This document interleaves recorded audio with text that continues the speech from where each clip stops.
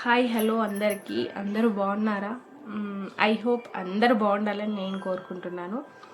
అయితే ఏంటి అంటే 20 డేస్ బ్యాక్ మా హస్బెండ్కి అయితే బ్యాక్ సైడ్ అంటే మన కిడ్నీ దగ్గర కొంచెం పైకి పెయిన్ రావడం అయితే స్టార్ట్ అయింది. అయితే ఈయన ఏమనుకున్నాడంటే kidney pain, last year kidney surgery అయిందనమాట. సో అదే పెయిన్ అనుకొని చెప్పేసి ఈయన అంటే మెడిసిన్ వేసుకోవడం, ఇంకా మెడిసిన్ వేసుకొని ఇంకా డ్యూటీకి వెళ్ళిపోవడం అట్లా లైట్ తీసుకుంటాడు అనమాట. ఇంకా అసలు ఒక రోజు అయితే అసలు పెయిన్ తగ్గలేదు.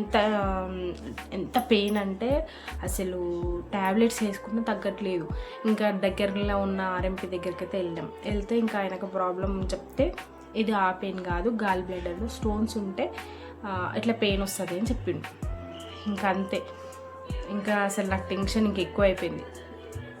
వెంటనే మళ్ళీ ఆయన ఏమన్నాడంటే ఇంకా డాక్టరు ఇది సివియర్ అవుతుంది, దీన్ని వదిలేయద్దు అని చెప్పేసి అన్నారనమాట. ఇంకా అట్లా టెన్షన్ ఎంత అనిపిస్తుంది మనకి. సో ఇంకా వెంటనే స్కానింగ్ సెంటర్కి అయితే వెళ్ళినాం. ఆ డాక్టర్ రాసిచ్చిన స్కానింగ్ సెంటర్కి వెళ్ళినాం.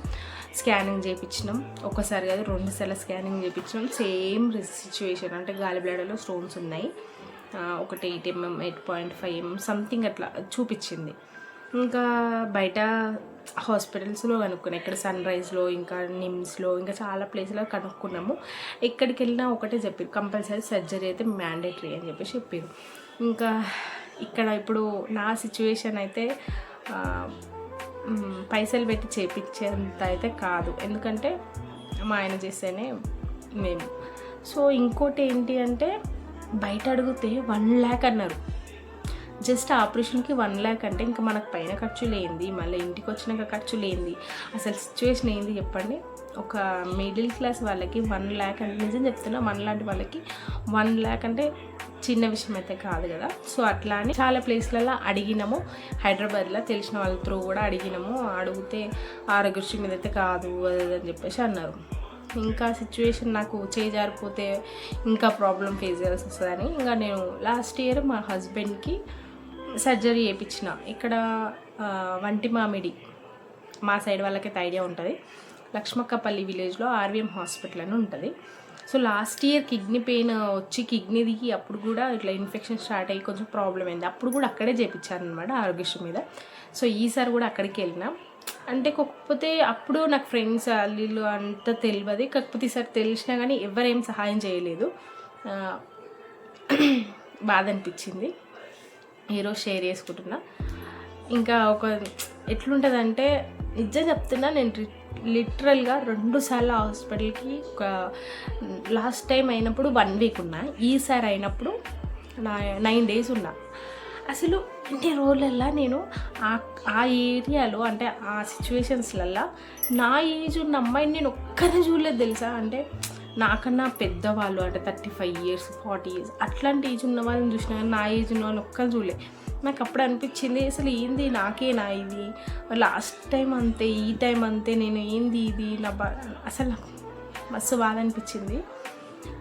ఒక చిన్న బాబుని పెట్టుకొని, అంటే మామూలుకి 3 years కదా, వాడిని పెట్టుకొని ఈయన ఇంట్లో పెట్టుకొని 5th floorలో మా హస్బెండ్, ఏం కావాలన్నా కిందికి రావాలి, 1st floor are ground floor. లిఫ్ట్లు పని మీన్స్ అవి రిపేర్కి వచ్చినాయి. అంతకుముందు బాగానే ఉండే, ఈ మధ్య ఇక పబ్లిక్ ఎక్కువైతుంటాయి అంతే కదా. అంత పైనుంచి కిందికి దిగాలి, ఎక్కాలి. అసలు నిజం చెప్తున్నా, ఏ దేవుడు ఏందో నాకు తెలియదు కానీ మనిషికి మనిషి సాయం చెయ్యడు, అది ఎవరైనా సరే. నాకు ఇంతమంది ఉన్నా కానీ ఒంటరిగా అనిపించింది. అంటే నాకు చాలా మా ఫ్యామిలీ సైడ్ వీళ్ళు ఎంత ఫ్యామిలీ ఉన్నా కానీ నాకు ఆ సిచ్యువేషన్లో ఒంటరిని అనే ఫీలింగ్ వచ్చింది. అది ఎందుకో నాకు కూడా తెలియదు కానీ అట్లా అనిపించింది. ఇంకా మా బాబుని తీసుకొని అసలు ఇప్పుడు హాస్పిటల్స్లలో మనం ఉండడమే కష్టం, ఇంకా మన పిల్లల్ని తీసుకొని పోతే ఎంత ఇబ్బంది ఉంటుందంటే.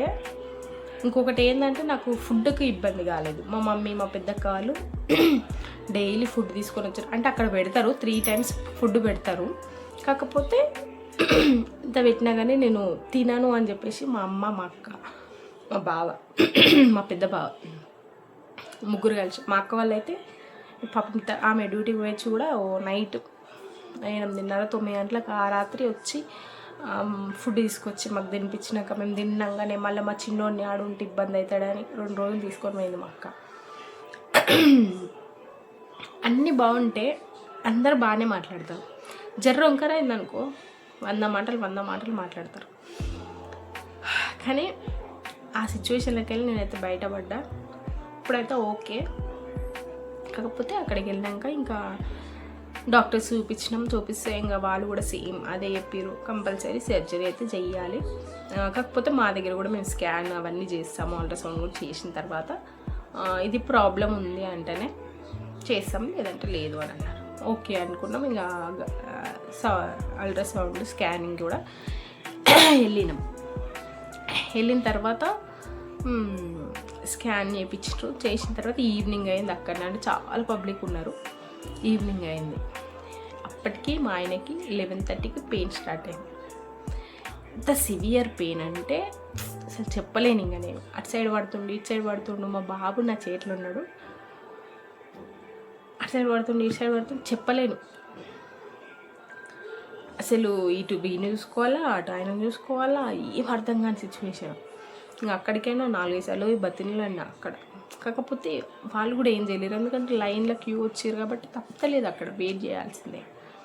ఇంకా ఫైనల్లీ 5 గంటలకు మాకు రిపోర్ట్ వచ్చింది. 4:40కి మాకు రిపోర్ట్ వచ్చింది. 4:40 అంటే 5 గంటలకు మేము డాక్టర్ దగ్గర పోయినాం. అప్పటికి డాక్టర్స్ వెళ్ళిపోయారు, కొంతమంది ఉన్నారు. సో సార్ వాళ్ళు ఉన్నారు, పోయి కలిసినాం. మేడం వాళ్ళు అవన్నీ రిపోర్ట్స్ చేసి అడ్మిట్ కంపల్సరీ అని చెప్పేసి చెప్పారు. అడ్మిట్ అనేది అంటే వాళ్ళు చెప్పడం ఈజీ, కానీ మనకి అక్కడ ఉండడం అనేది కష్టం. ఇంకా మా ఆయనకు ఆ పెయిన్ మీద ఎమర్జెన్సీలో ఇంజెక్షన్స్ కూడా ఇప్పించడం తెలుసా. ఆ ఇంజెక్షన్స్ కూడా ఆయనకు వర్కౌట్ అవుతలేవు, అంత పెయిన్, అంత సివియర్గా ఉన్నాడు. ఇంకేదైనా సరే అని చెప్పేసి ఇంక అప్పటికి అంటే నేను పోయేటప్పుడు ఎందుకైనా మంచి సర్జరీ అంటారు బయట అని చెప్పేసి 2 బెడ్షీట్స్, 2 మంచిగా 2 డ్రెస్సులు తీసుకొని అయితే వెళ్ళిపోయాం అనమాట. ఇంకా అడ్మిట్ అయినాం. ఇంకా ఒక 2 days అంటే వాళ్ళకి కిడ్నీలో స్టోన్స్ ఉన్నాయి, గాల్ బ్లాడర్లో స్టోన్స్ ఉన్నాయి. సో ప్రాబ్లం ఏమొస్తుంది అసలు, దేనివల్ల ఈయనకి ఇంత పెయిన్ వస్తుంది, ఇంత ప్రాబ్లం దేనివల్ల అవుతుంది అనేది వాళ్ళకి క్లారిటీ ఉండాలి కదా. క్లారిటీ ఉన్న తర్వాతనే డాక్టర్స్ ఏమన్నారంటే కిడ్నీ పెయినే అని అంటే కిడ్నీకే ఏమంటారు ట్రీట్మెంట్ చేస్తాం, లేదు అంటే ఇదే ప్రాబ్లం అంటే దీనికి ట్రీట్మెంట్ చేద్దామని చెప్పేసి అన్నారు. 2 days ఉన్నాం. 3rd day రోజు డిక్లేర్ చేసి గాల్ బ్లాడర్దే ప్రాబ్లం అని చెప్పేసి. 3rd డేకు ఇంకా 4th day రోజు మార్నింగ్ సర్జరీ. ఇంకా 3rd day రోజు స్టార్ట్ అయిపోయింది ప్రాసెస్. 10th తర్వాత వాటర్ కూడా ఏం తాగనివ్వరు. ప్రాసెస్ స్టార్ట్ అయింది. 10th day రోజు 4th day రోజు సర్జరీ అయింది. ఇంకా సర్జరీ అయిపోయిన తర్వాత ఇంకో టాస్క్, హై బీపీ అయింది. లోపలికి పోయినాక ఈయనకి హై బీపీ అంటే టెన్షన్ పడ్డాడు మనిషి. అంటే ఫస్ట్ డాక్టర్స్ ఏం చెప్పారంటే లాస్ట్ టైం అంటే కిడ్నీ సర్జరీ చిన్నది, ఇది పెద్దగా ఉంటుంది సర్జరీ, హోల్స్ పెట్టి చేస్తాము అని చెప్పేసి. ఇంకా ఈయన టెన్షన్ పడ్డట్టుండి లోపల పోయినాక బీపీ హై అయింది. ఇంకా అసలు నిజం చెప్తాను మస్తు ఏడ్చిన ఆడ కూర్చొని. కానీ ఏం చేస్తాం, అన్నీ దేవుని భారం వేసిన కూర్చున్నాం. ఇంకా సర్జరీ అయితే అయింది. అయిన తర్వాత మా మమ్మీ వాళ్ళు వీళ్ళు వచ్చి చూసిరు.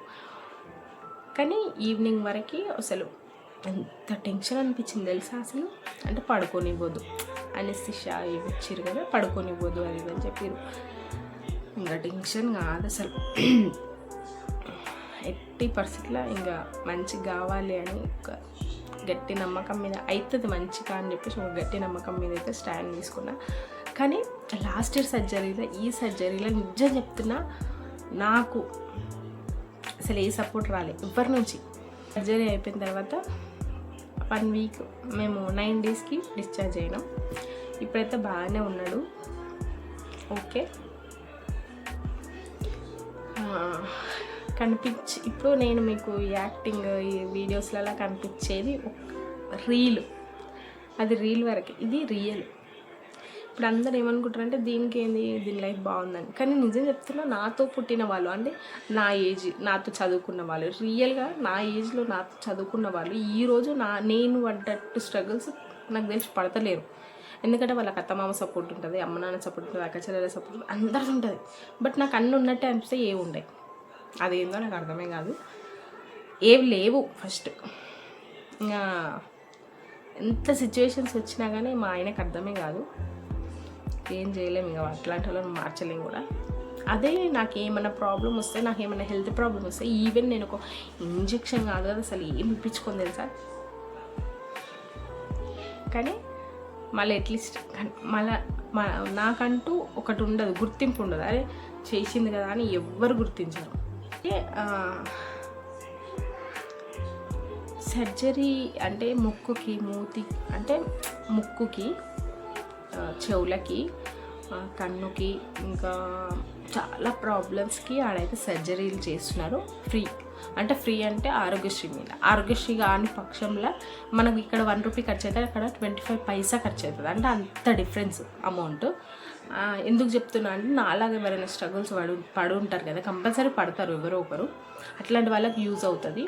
ఆర్వీఎం లక్ష్మక్కపల్లి విలేజ్, వంటి మామిడి, గుర్తుపెట్టుకోండి. వంటి మామిడి షామీర్పేట దాటిన తర్వాత మీకు షామీర్పేట దగ్గర పోయినా సరే అక్కడికి వెళ్ళిన తర్వాత ఇట్లా ఆర్వీఎం హాస్పిటల్ అంటే ఎవరైనా చెప్తారు. మంచి క్వాలిఫైడ్ డాక్టర్స్ మంచిగా చేస్తారు. కాకపోతే మనం కొంచెం ఓపిక పెట్టుకోవాలి. థ్యాంక్ యూ సో మచ్ మమ్మల్ని అడిగి మరి అంత మంచి జరగాలని కోరుకున్నందుకు థ్యాంక్ యూ సో మచ్. మళ్ళీ స్టార్ట్ చేద్దాం videos. Thank you so much. ఇంకో నేను ఫ్యాన్ వేసుకోకుండా కూర్చున్నా, వాయిస్ రావాలి కదా, సో దానికోసం చెమటలు వస్తున్నాయి. ఓకేనా, అందరూ బాగుండాలి. హాస్పిటలైజ్ అయితే ఎవ్వరు కావద్దని నేను మొక్క. ఎందుకంటే నేను అసలు 2 times ఎంత ఫేస్ చేసినా తెలుసా. నాకు బాబు పుట్టినప్పుడు నేను అంత ఫేస్ చేయలేదు. 3 days అటు వెయిట్ వచ్చిన హాస్పిటల్కి. కానీ మా అమ్మ ఈ హాస్పిటల్ పోవద్దు, బాధ పడొద్దు. ఆ బాధను చూస్తే నిజం చెప్తున్నా, అంటే మనమనే కాదు, మన పక్కన ఉంటారు చూసినావా, అలా ఒక్కొక్కరి పరిస్థితి చూస్తుంటే చీ అమ్మ ఎందుకురా నాయన జీవితం అనిపిస్తుంది. అట్లా అంత సిచ్యువేషన్. ఇంకోటి ఏది వచ్చినా సరే కానీ డయాబెటీస్ అయితే రావద్దు. అమ్మ షుగర్ వచ్చిన వాళ్ళ సిచ్యువేషన్ చూస్తే దారుణం తెలుసా. ఏజ్డ్ ముసలోళ్ళంతా షుగర్ వచ్చింది, కాళ్ళు కట్ చేసిరు, చేతులు కట్ చేసిరు, వేళ్ళు కట్ చేసిరు. అందుకే డయాబెటీస్ రావద్దు అట్లా అనమాట. So thank you so much. ఎవరికైనా యూస్ఫుల్ అవుతుందని ఈ వీడియో అయితే ఆర్వీఎం హాస్పిటల్ గురించి చెప్తున్నాను. Thank you so much. Bye. Next వీడియోలో మళ్ళీ కలుద్దాం.